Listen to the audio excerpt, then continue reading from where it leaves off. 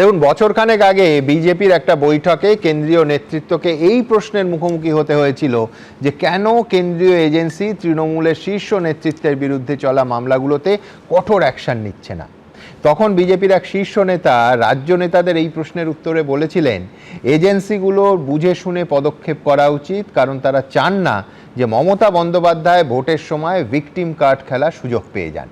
আমার পরের প্রশ্ন, বিধানসভা ভোটের একেবারে মুখে 6 দিন আগে দাঁড়িয়ে তাহলে কি বিজেপি জেনে শুনেই এই ঝুঁকিটা নিচ্ছে? এখনও তো তৃণমূল ভিকটিম কার্ড খেলতে পারে এবং খেলছেও, তাহলে এই শেষ বেলায় এই পদক্ষেপ কেন? এটা কি তৃণমূল নেতা ও কর্মীদের বাড়তি একটা চাপে ফেলার জন্য? আমার পরের বক্তা অধ্যাপক শুভময় মৈত্রের কাছে আমার এটাই প্রশ্ন থাকবে যে রাজনৈতিকভাবে এতে বিজেপির লাভ হবে না আখেরে লোকসান হবে? শুভময় দা। সুমনবাবু, এই এত গভীর প্রশ্নের উত্তর আমার পক্ষে দেয়া সত্যিই শক্ত। তবে একটা পার্থক্য আছে, মানে আপনি 33 বছরের কথা বলছিলেন না, ওই যে ছেলেবেলায় এক বষ্টমী তার আগমনী গান হঠাৎ থামিয়ে বলেছিল, শুক্লা দ্বাদশীর দিন অন্তরাটুকু শুনিয়ে যাবে। তারপর কত চন্দ্রভুক অমাবস্যা চলে গেল, কিন্তু সে বষ্টমী আর এলো না। 25 বছর প্রতীক্ষায় আছি। দেখুন, সিবিআই ইডি কিন্তু নিয়মিত আসে, ফলে তাদের সম্বন্ধে অভিযোগ করা যাবে না যে বষ্টমী এসে আর একটুও শুনিয়ে যায়নি। তারা নিয়মিত আসেন, এবং এই যে নিয়মিত আসেন এবং এই জায়গায় যে কাউন্টার ন্যারেটিভটা আসছে সেটা হচ্ছে এসে তৃণমূলের হাতে অস্ত্র দিয়ে যান কিনা। অর্থাৎ নির্বাচনের আগে তৃণমূলের যদি ঠিক উজ্জীবিত হওয়াটা কিছুটা বাকি থেকে যায়, সেই উজ্জীবিত হওয়া। এবং যেটা আমরা দেখলাম যে দেবাশিসবাবু বললেন একটু আগেই আপনাদের লাইভ যে ইয়েতে, যে উনি ভালো কথা বলতে পারেন না, বেশি কথা বলেন না, কি সুন্দর বললেন, বলার সুযোগটা পেলেন যে কাগজটা দেখাও। অর্থাৎ তৃণমূল কংগ্রেস এর থেকে কেন সুবিধে নেবে না? রাজনীতিতে তো সবাই সুবিধে নেয় এবং সুযোগ বুঝে সুবিধে নেয়, যে মানে no advertisement is bad advertisement. অর্থাৎ একটা সুযোগ পেলে সেটা নিজের দিকে টেনে আনা। এবং তৃণমূল কংগ্রেস তো আইপ্যাকের সঙ্গে কথা বলে করে, হয়তো এই ঘটনাগুলো যখন ঘটছে তারা ব্যাক এন্ডে বসে ডেটা কালেক্ট করছেন এবং জানাচ্ছেন যে এক্স্যাক্টলি কী কী করতে হবে।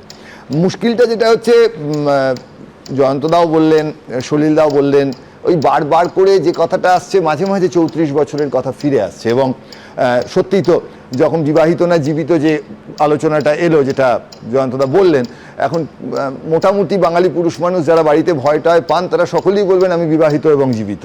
তারা কখনো বলবেন না যে দুটো আলাদা। ঠিক একই রকমভাবে এই যে প্রভাবশালী আর পকেট খালি বললেন, যেটা বিমান বসু তো উদাহরণ, আপনি কিছুদিন আগে ইন্টারভিউ নিয়েছিলেন, আমরা খুঁটিয়ে দেখেছি, অত্যন্ত প্রভাবশালী। বামফ্রন্ট আমলে বিমান বসুর প্রভাব ছিল না এ কথা কেউ বলবে না, কিন্তু একই সঙ্গে তার পকেট খালি।